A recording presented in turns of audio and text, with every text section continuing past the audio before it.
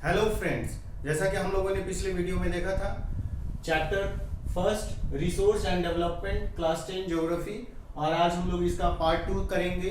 Part 2 का first topic आज का है डेवलपमेंट ऑफ रिसोर्सेज।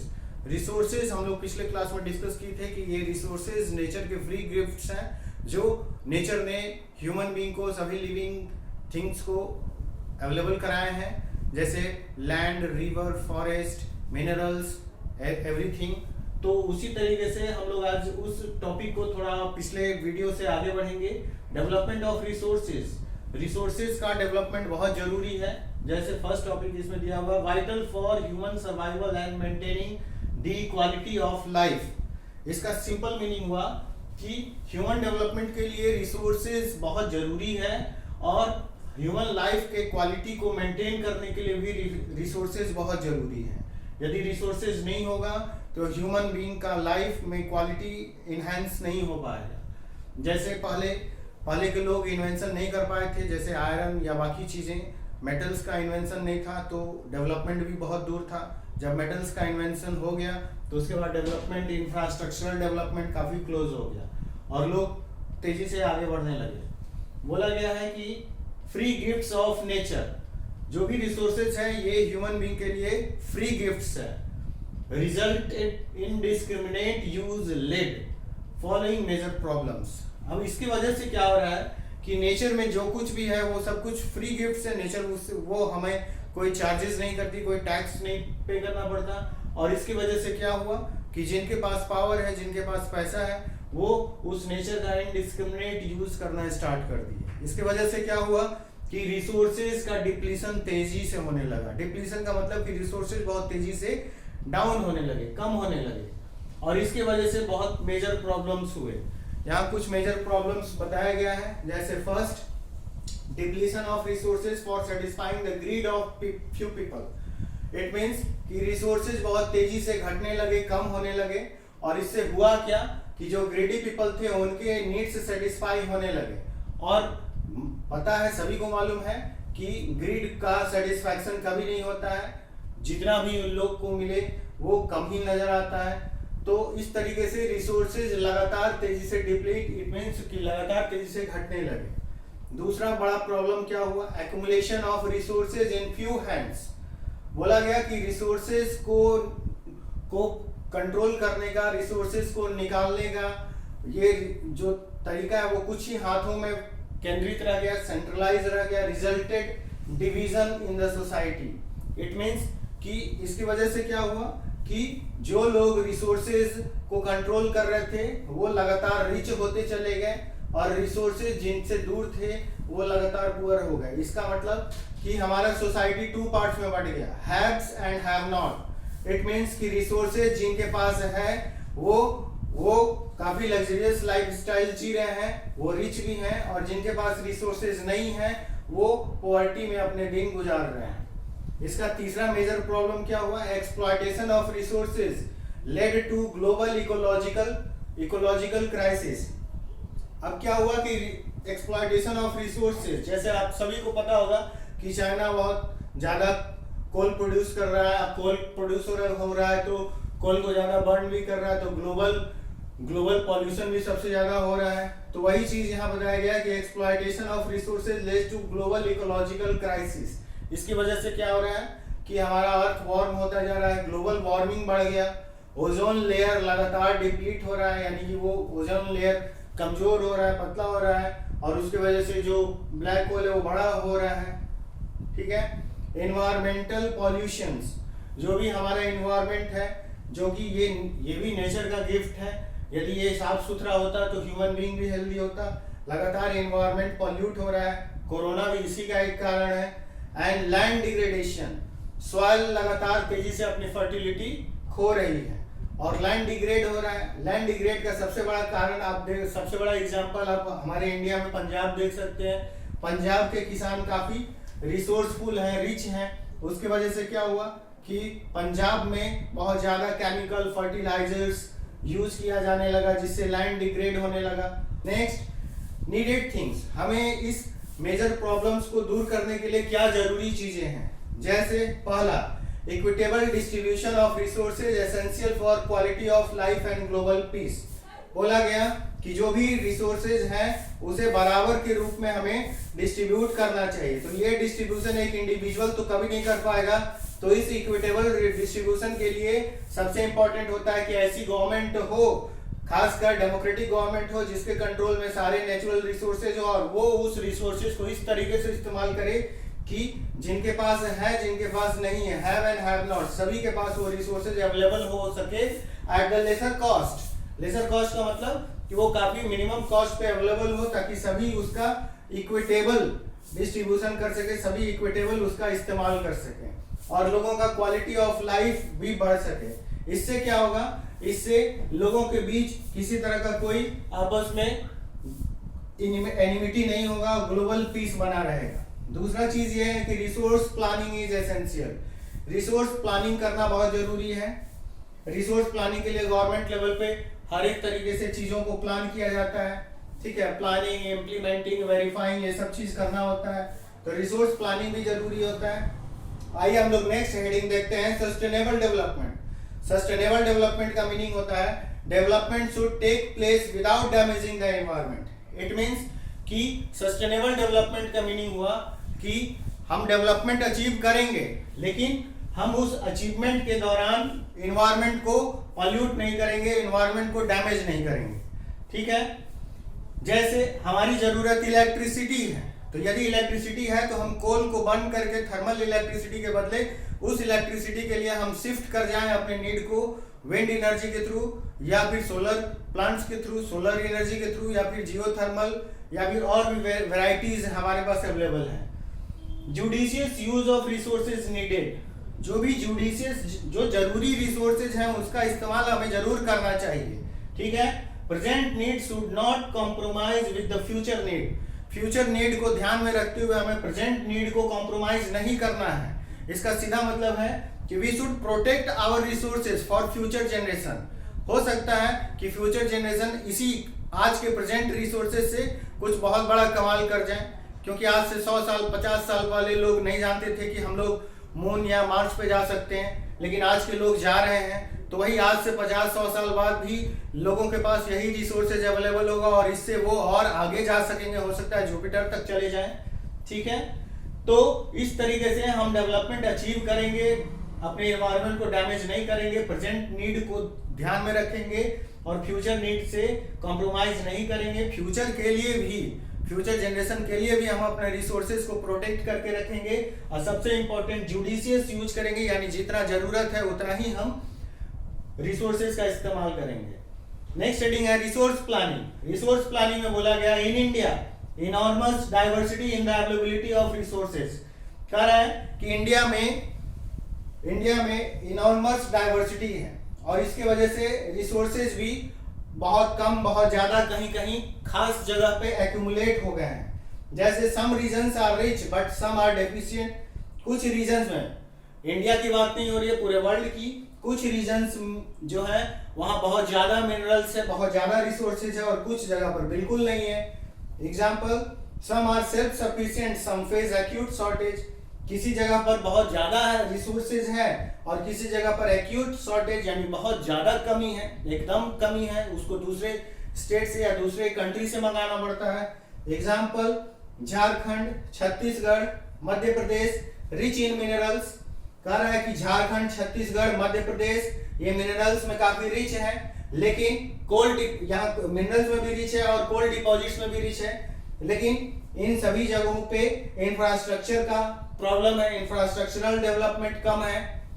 आगे देखते हैं, Arunachal Pradesh abundance of water but lack in infrastructural development. Arunachal Pradesh में पानी भरपूर है, तो पानी भरपूर है तो वहां के किसानों के लिए खेती करना, कृषि करना आसान है, इरिगेशन आसानी से कर सकते हैं। लेकिन अरुणाचल प्रदेश में प्रॉब्लम यह है कि वहां पर प्लेन लैंड्स नहीं है, वहां पर एग्रीकल्चर करना आसान नहीं है, but lack in infrastructural development. इस इंफ्रास्ट्रक्चरल डेवलपमेंट का मीनिंग क्या हो गया कि वहां roads, bridge, tunnels, railway lines, telecommunications, ये सब चीज की कमी है, ठीक है।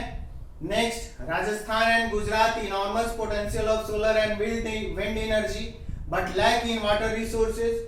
राजस्थान और गुजरात में बहुत ज़्यादा पोटेंशियलिटी है, वहाँ पर विंड एनर्जी जनरेट किया जा सकता है, वहाँ पे सोलर एनर्जी जनरेट किया जा सकता है और हो भी रहा है, लेकिन वो अपने फुल पोटेंशियल में, फुल कैपेसिटी में यूज नहीं किया जा रहा है।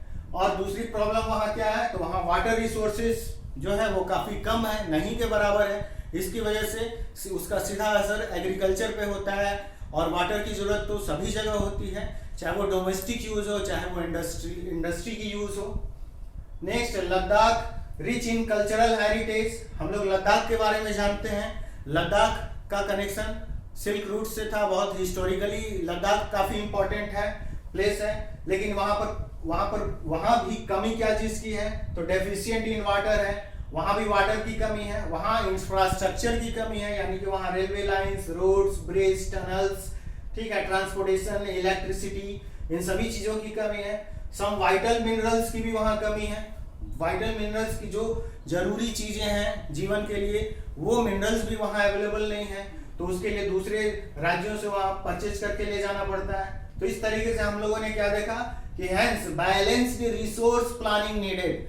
हमें ऐसा रिसोर्स प्लानिंग करना होगा, एक ऐसा बैलेंस्ड रिसोर्स प्लानिंग करना होगा जो सभी राज्यों में जहां एक्यूट शॉर्टेज है, जहां पर सरप्लस है, उन सभी को मिक्स किया जा सके, सरप्लस वाले जगह से लिया जा सके और शॉर्टेज वाली जगह पर उसको भेजा जा सके, ताकि इससे बैलेंस हो सके। Resource planning in India, it involves, resource planning में क्या जरूरी है, first identification and inventory of resources needed. सबसे पहले तो हमें रिसोर्स की का आइडेंटिफिकेशन करना होगा, फिर उसको इन्वेंटरी करना होगा, इन्वेंटरी मींस उसको जमा करना होगा। जैसे इट इन्वॉल्व्स सर्वेइंग, पहले सर्वे करके पता करना होगा, मैपिंग करना होगा, उसकी क्वालिटी और क्वांटिटी का एस्टिमेशन करना होगा, मेजरमेंट करना होगा। इन सभी के बाद ही हम उस रिसोर्स को निकालने का काम कर सकते हैं या फिर जमा करने का काम कर सकते हैं। Second, evolving a planning structure with technology, skill, institutional setups. अब जब ये सब कुछ हम लोग कर लिए तो उसके बाद अब हम लोग प्लानिंग स्ट्रक्चर तैयार करेंगे। उस प्लानिंग स्ट्रक्चर में नो डाउट टेक्नोलॉजी सबसे इंपॉर्टेंट है, क्योंकि हमें जमीन के नीचे से काफी गहराई से रिसोर्सेज निकालना है, जिसमें हमारा कम से कम एफर्ट लगे, कम से कम पैसे खर्च हो और सारा काम मशीन करे, वो भी तेजी से जल्दी से काम करे। तो इसमें टेक्नोलॉजी का जरूरत है। स्किल, नो डाउट स्किल का मतलब ह्यूमन स्किल। ह्यूमन स्किल, जितने ज्यादा स्किल्ड ह्यूमन बीइंग होंगे वो उतना ज्यादा तेजी से ये काम कर सकेंगे, ताकि उसका कॉस्ट ऑफ एक्सकेवेशन काफी कम हो जाए। इंस्टीट्यूशनल सेटअप्स, इसके लिए बड़े बड़े इंस्टीट्यूशंस को सेटअप करना होगा। इसमें गवर्नमेंट और उसका स्ट्रक्चर भी एक इंस्टीट्यूशन है। बड़े बड़े private organization like Reliance, like Tata जैसे गवर्नमेंट का इंस्टीट्यूशंस में ओएनजीसी, एचएसबीसी, और एचएसबीसी प्राइवेट हो गया। तो इस तरीके से इंस्टीट्यूशंस भी इसमें सेट होंगे, कुछ फाइनेंशियली हेल्प करेंगे, कुछ फाइनेंशियली पेमेंट करेंगे, तो कुछ मशीन्स और टेक्नोलॉजी के थ्रू इस काम में लगेंगे। Third, matching the resource development plan with overall national development. और ये थर्ड सबसे इंपॉर्टेंट फैक्टर है, क्योंकि हम रिसोर्स उतना ही निकालेंगे, उतना ही इस्तेमाल करेंगे जितना हमें नेशनल डेवलपमेंट के लिए जरूरी हो। ऐसा नहीं हो कि हम उस रिसोर्स को निकाल लिए, बहुत ज्यादा निकाल लिए और दूसरे देशों को बेच रहे हैं, तो इससे अपने देश का लॉस है। क्योंकि इन फ्यूचर जब हमें जरूरत होगी और हमारे देश में वो रिसोर्सेज खत्म हो चुके रहेंगे, तो हमें दूसरे देशों से ऊंची कीमत देकर ऐसे रिसोर्सेज को परचेज करना पड़ेगा। तो रिसोर्सेज को उतना ही यूज करना है, उतना ही निकालना है जितना हमारे नेशनल डेवलपमेंट प्लान के साथ मैच करता है। तो इन सारे फैक्टर्स में क्या चीज सबसे इंपॉर्टेंट हो गया कि rich in resources but backward regions. इस तरीके से हमारे कंट्री में या वर्ल्ड में भी ऐसे बहुत सारे क्षेत्र हैं जो रिसोर्स के मामले में रिच हैं, लेकिन वो रीजन वाइज काफी बैकवर्ड हैं। जैसे झारखंड, उड़ीसा, इन सभी जगहों पे रिसोर्स बहुत ज्यादा है, लेकिन ये इन दोनों जगहों पे टेक्नोलॉजिकल एडवांसमेंट कम है, यहाँ स्किल्ड लोगों की कमी है, यहाँ पे इंफ्रास्ट्रक्चर की कमी है। इंफ्रास्ट्रक्चर जो अभी हम बताए, जैसे इलेक्ट्रिसिटी, ट्रांसपोर्टेशन, कम्युनिकेशन, वाटर, ये सभी चीजों की कमी है। कुछ रीजन्स पुअर इन रिसोर्सेज, कुछ रीजन्स पुअर इन रिसोर्सेज है, बट रिच रीजन्स, लेकिन वो रीजन वाइज रिच हैं, जैसे मुंबई, सूरत, कोलकाता, जितने पोर्ट वाले सिटीज हैं, तो वो सब रिच इसलिए हैं क्योंकि उनके रिच होने का कारण क्या है, वहाँ ट्रेड एक्टिविटीज होता है, वहाँ टेक्नोलॉजी है, वहाँ ह्यूमन स्किल है, इंस्टीट्यूशंस है, इंफ्रास्ट्रक्चर है। और इस तरीके से जहाँ इंफ्रास्ट्रक्चर, जहाँ इंस्टीट्यूशन, टेक्नोलॉजी, ह्यूमन स्किल होगा, जहाँ बहुत ज़्यादा दिन रात ट्रेड एक्टिविटी होगी, जहाँ के लोग रात में सोते नहीं, सिर्फ ट्रेड एक्टिविटी में ही इन्वॉल्व रहते होंगे, ऐसा जगह पर रिसोर्स कम भी हो, वो पुअर भी हो, तो भी वो रीजन काफी रिच हो जाता है। तो नेक्स्ट टॉपिक देखिए, कंजर्वेशन ऑफ रिसोर्सेज। हमें रिसोर्सेज को बचाना होगा, हमें उसे सुरक्षित रखना होगा। Main causes of depletion, depletion के लिए मेन कारण क्या हो गया, यानी रिसोर्स लगातार तेजी से घट रहे हैं, उसका मेन कारण क्या हो गया, इरैशनल कंजम्पशन, काफी तेजी से और बिना तरीके से, लापरवाह तरीके से उसका कंजम्पशन होने लगा। ओवर यूटिलाइजेशन, ज्यादा से ज्यादा उसका यूटिलाइजेशन होने लगा, जिससे वो लगा था जैसे लैंड डिग्रेड होने लगा, कारण कि ज्यादा से ज्यादा खेती की जाने लगी। लेड इन्वायरमेंटल प्रॉब्लम्स में पॉल्यूशन बढ़ गया, इंडस्ट्री ज्यादा वर्क करेगी तो पॉल्यूशन बढ़ेगा। Greedy and selfish individuals, greed और सेल्फिश लोगों का नेचर कभी चेंज नहीं होता है, और ये इनका पेट भी कभी नहीं भरता, ये लगातार काम करते हैं, और इसकी वजह से क्या होता है कि इनको और पैसा चाहिए। ठीक है, तो इस पर गांधी जी ने भी बोला है, there is enough for everybody's need and not for anybody's greed. Gandhi ji ने कहा है कि नेचर ने ह्यूमन बीइंग के लिए बहुत कुछ दिया है, और वो जो कुछ भी दिया है वो बहुत ज्यादा है, इनफ है, लेकिन जब इंसान ग्रीड में आ जाए, जब सेल्फिश बिहेवियर में आ जाए, तो उसके लिए जो नेचर ने इतना सारा भर कर हमें दिया है, वो सब कुछ काफी कम पड़ेगा और शायद कभी पूरा नहीं पड़ेगा। तो वही चीज बोला गया है, there is enough for everybody's need and not for anybody's greed. दूसरे में बात की गई है कि he was against mass production. Gandhi ji का कहना था कि मास प्रोडक्शन का जरूरत नहीं है, क्योंकि मास प्रोडक्शन के लिए टेक्नोलॉजी चाहिए, मशीन्स चाहिए, and wanted to replace it with the production by the masses. और चाहते थे कि वो जो भी प्रोडक्शन हो, जो भी डेवलपमेंट हो, जो भी मॉडर्नाइजेशन आए, उसमें ह्यूमन बीइंग का डायरेक्ट इन्वॉल्वमेंट हो, और ह्यूमन बीइंग ज्यादा से ज्यादा काम करे, उनके पास वो पैसे हों, और इंसान के बदले मशीन ना काम करके मशीन के बदले इंसान ज्यादा से ज्यादा काम करे। रिसोर्सेज, लैंड रिसोर्सेज में इंपॉर्टेंस क्या है, it supports natural vegetation, wild life, human life, economic activities, transport and communication systems. इसका मतलब है कि यदि हमारे पास लैंड रिसोर्स है तो प्लांट लाइफ है, एनिमल लाइफ है, ह्यूमन लाइफ है, बहुत तरह की ह्यूमन लाइफ की इकोनॉमिक एक्टिविटीज है, ट्रांसपोर्टेशन रिलेटेड एक्टिविटीज है, कम्युनिकेशंस है। कम्युनिकेशंस का मीनिंग हो गया कि जो भी हम लोग फोन, मोबाइल, ये टावर्स, ये सब यूज करते हैं, उससे रिलेटेड ये कम्युनिकेशन डिवाइसेस की बात हो रही है। ठीक है, तो ये सब कुछ लैंड होगा तभी तो ये सब कुछ हो सकता है, इसलिए लैंड रिसोर्सेज में ये सारे एक्टिविटीज और इम्पोर्टेंस ज्यादा हो जाता है। नेक्स्ट है, so use the available land for various purposes with careful planning. इसलिए हमें लैंड का केयरफुल प्लानिंग के साथ यूजेस करना चाहिए। Next, India has a land under a variety of relief features. India में या पूरे वर्ल्ड में जहां भी जमीन होती है वो इस तरीके से 3 पार्ट्स में बटे होते हैं। माउंटेन्स, इंडिया में माउंटेन्स 30% पे है, प्लेट्यू 27% पे है, प्लेन्स 43% पे है। जैसा कि सब लोग जानते हैं, माउंटेन्स है तो फॉरेस्ट है, रिवर्स है, पेरेनियल रिवर्स है। पेरेनियल रिवर्स के होने से क्या फायदा है, तो उससे रिवर्स में सालों भर, पेरेनियल रिवर्स का मतलब वो सालों भर उसमें पानी रहेगा, रिवर्स भरपूर रहेगा, रिवर्स में पानी होगा तो उससे इरिगेशन हो सकता है, उससे डोमेस्टिक रिलेटेड एक्टिविटीज हो सकती है, डोमेस्टिक यूजेज हो सकता है वाटर का, इंडस्ट्रियल यूजेज हो सकता है। प्लेट्यूज है तो प्लेट्यूज 27% है, प्लेट्यूज के होने से मिनरल डिपॉजिट्स है इंडिया में।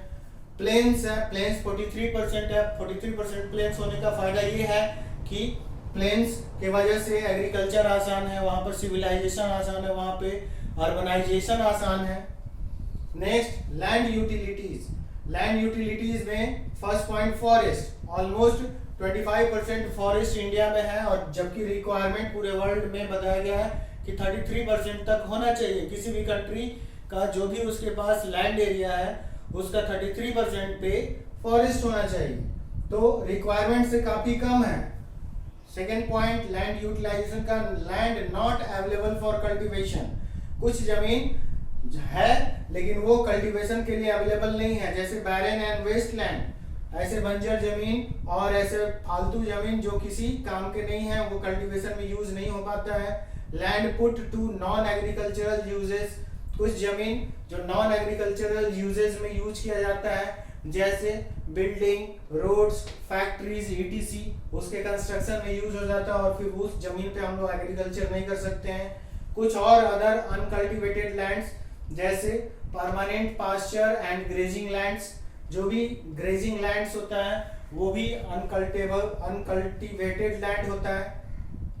Next, land under miscellaneous tree crop groups, तो कह रहा है कि ऐसे भी बहुत सारे जमीन है जहां पर बहुत तरह के ग्रुप्स वगैरह हैं, ग्रेजिंग ट्री क्रॉप ग्रुप्स हैं, ठीक है। C, culturable wastelands left uncultivated more than 5 years, ऐसे भी कुछ जमीन है जो 5 साल या उससे ज्यादा का जमीन है लेकिन अभी तक उस पर कोई एग्रीकल्चर नहीं हुआ है। कुछ फॉलो लैंड्स जैसे परती जमीन, जिसको कि हम लोग फॉलो लैंड बोलते हैं, ये 2 टाइप्स के होते हैं। करेंट फॉलो जो लेस देन 1 ईयर अनकल्टिवेटेड, कुछ ऐसे जमीन है जो 1 साल से ज्यादा हो गया और उसको हम किसी तरीके से एग्रीकल्चर या किसी और में इस्तेमाल नहीं किए।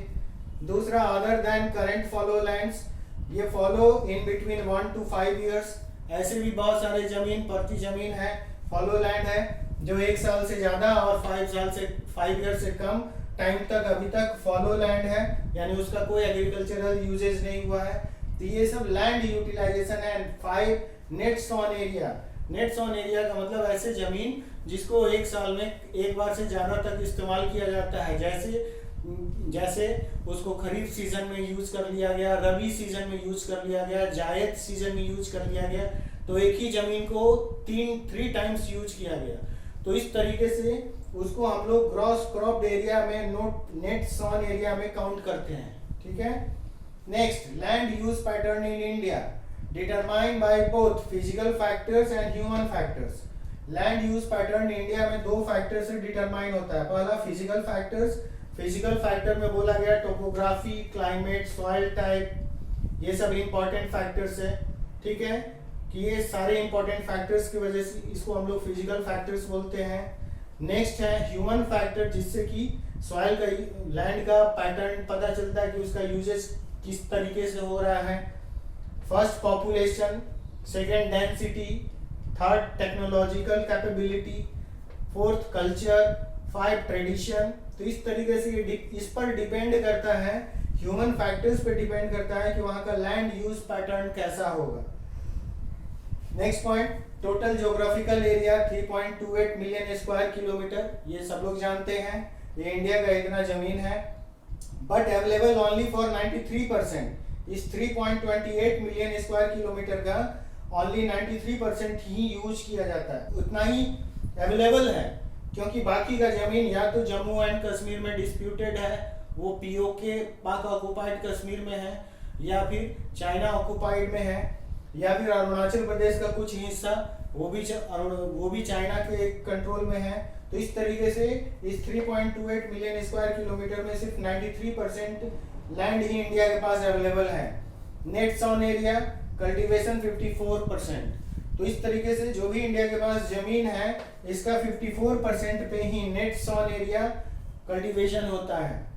नेक्स्ट, जैसे पंजाब, हरियाणा, इसके 80% जमीन पे कल्टीवेशन होता है, जबकि अरुणाचल प्रदेश, मिजोरम, अंडमान निकोबार आइलैंड, इसके सिर्फ 10% जमीन पे ही कल्टीवेशन होता है। तो इस तरीके से ये एक अनबैलेंस भी दिखाता है कि किसी स्टेट्स में मोर देन 80% तक लैंड यूटिलाइजेशन हो रहा है, जबकि कुछ स्टेट्स में लेस देन और हार्डली 10% ही उसका लैंड यूटिलाइजेशन हो रहा है for cultivation. Next, land degradation and conservation measures. First, 95% of our basic needs are obtained from land। जो भी हमारी जरूरतें हैं उन सारी नीड्स को लैंड के थ्रू ही फुलफिल करते हैं। जैसे हमारी सारी बेसिक नीड्स क्या हैं, जैसे जैसे food, shelter, cloth, medicine from hospitals, ठीक है, या फिर एजुकेशन, ये सब कुछ हमारी बेसिक नीड्स है। उसके अलावा हम ट्रांसपोर्टेशन की बात कर लें, कम्युनिकेशन की बात कर लें, इंडस्ट्री या फिर रोड, ब्रिजेस, डैम, सब कुछ तो जमीन पर होगा। और इसके लिए हमें जमीन चाहिए, और जमीन हमें 95% हमारे बेसिक नीड्स को फुलफिल करता है। Land 130 million hectare degraded land in India. India में 130 मिलियन हेक्टेयर लैंड डिग्रेडेड है जो हम इस्तेमाल नहीं कर पाते हैं। उसका कारण क्या है? तो 28% फॉरेस्ट डिग्रेडेड है, 56% वाटर इरोडेड है, पानी से गिरा हुआ है, rest is efficient effective by saline and alkaline 6%। Saline और अल्कलाइन की वजह से ऐसे बहुत सारी जमीन, या तो वो जो बहुत ज्यादा खारा जमीन है या फिर वो अल्कलाइन है, ठीक है, अम्लीय टाइप का, तो या तो वो नमकीन या अम्लीय टाइप का है, तो इस तरीके से 6% जमीन हमारे किसी काम का नहीं है। विंड इरोडेड 10% है, और इस तरीके से ये विंड की वजह से ये जमीन हमारे किसी काम का नहीं है। तो 10, 5, 6, 56, 28 टोटल 100% हो गया। और ये 130 million hectare degraded land India में है जो हम किसी वजह से इस्तेमाल नहीं कर पाते हैं। ह्यूमन एक्टिविटीज की वजह से लैंड डिग्रेड हो रहा है, जैसे ओवर ग्रेजिंग। हम सब लोग जानते हैं कि गुजरात, राजस्थान, मध्य प्रदेश, महाराष्ट्र, यहाँ पर पालतू जानवरों की संख्या ज्यादा है, जिसमें काऊ, बुफेलो, गोट और भी बहुत सारे एनिमल्स हैं, ठीक है। तो ये सब ओवर ग्रेजिंग की वजह से ये जमीन बर्बाद हुई, ठीक है। नेक्स्ट, झारखंड, मध्य प्रदेश, उड़ीसा, छत्तीसगढ़, ये माइनिंग और क्वेरिंग एक्टिविटीज की वजह से यहाँ जमीन जो है डिग्रेड हो रही है। तो इन दोनों जगहों पे माइनिंग और क्वेरिंग की वजह से झारखंड, एमपी, उड़ीसा, छत्तीसगढ़ में लैंड डिग्रेड हुआ, वहां डिफॉरेस्टेशन भी हुआ। ओवर इरिगेशन यानी कि बहुत ज्यादा सिंचाई की वजह से लैंड डिग्रेड हुआ, जैसे पंजाब, हरियाणा, वेस्टर्न यूपी। हम सब लोग जानते हैं कि इसी पार्ट पे पंजाब, हरियाणा, वेस्टर्न यूपी में 1960s के टाइम में फर्स्ट ग्रीन रेवोल्यूशन हुआ था। तो उस ग्रीन रेवोल्यूशन की वजह से यहाँ ओवर यूटिलाइजेशन ऑफ लैंड होने लगा, और उसके वजह से ओवर इरिगेशन हुआ और वहां पर सॉइल फर्टिलिटी डिक्रीज हो गई। इंडस्ट्रियल एफ्लुएंट्स, बहुत सारी चीजें हैं जिससे इंडस्ट्री से निकलने वाला, या फिर बहुत सारे जो हम लोग मार्बल्स या फिर बहुत सारी चीजें यूज करते हैं, तो जब वो इंडस्ट्रियल यूज में आता है तो उसके बहुत सारे पाउडर रिलेटेड वेस्ट मिट्टी पे फैल जाते हैं, और इससे पानी का वाटर को उस सॉइल में एंट्री करने में काफी प्रॉब्लम होता है, नहीं हो पाता है, और वो सतह पे बिछ जाता है उसके पाउडर्स। तो इस तरीके से इंडस्ट्रियल एफ्लुएंट्स भी वेस्ट ऐसा इंपॉर्टेंट एक कारण है जिसकी वजह से लैंड जो है वो डिग्रेड हो रहा है, और वाटर पॉल्यूशन में भी चेंजेस हो रहा है, बढ़ रहा है। इसका सॉल्यूशंस क्या है? यदि लैंड डिग्रेड हो रहा है तो उसके कंजर्वेशन के लिए, उसको बचाने के लिए सारे सॉल्यूशंस हैं, और सॉल्यूशंस में पहला सॉल्यूशन एफॉरेस्टेशन करना चाहिए। एफॉरेस्टेशन का मीनिंग है कि हमें ज्यादा से ज्यादा जंगल लगाना चाहिए।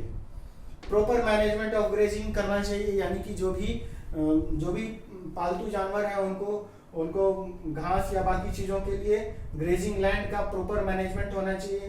Planting of shelter belts of plant, हमें प्लांटिंग ऑफ शेल्टर बेल्ट्स करना चाहिए। प्लांट्स का खेतों के किनारे प्लांट्स लगाने चाहिए जिससे कि मिट्टी कटकर बाहर नहीं जाए, दूसरी तरफ नहीं जाए, उसका डिग्रेडेशन नहीं हो।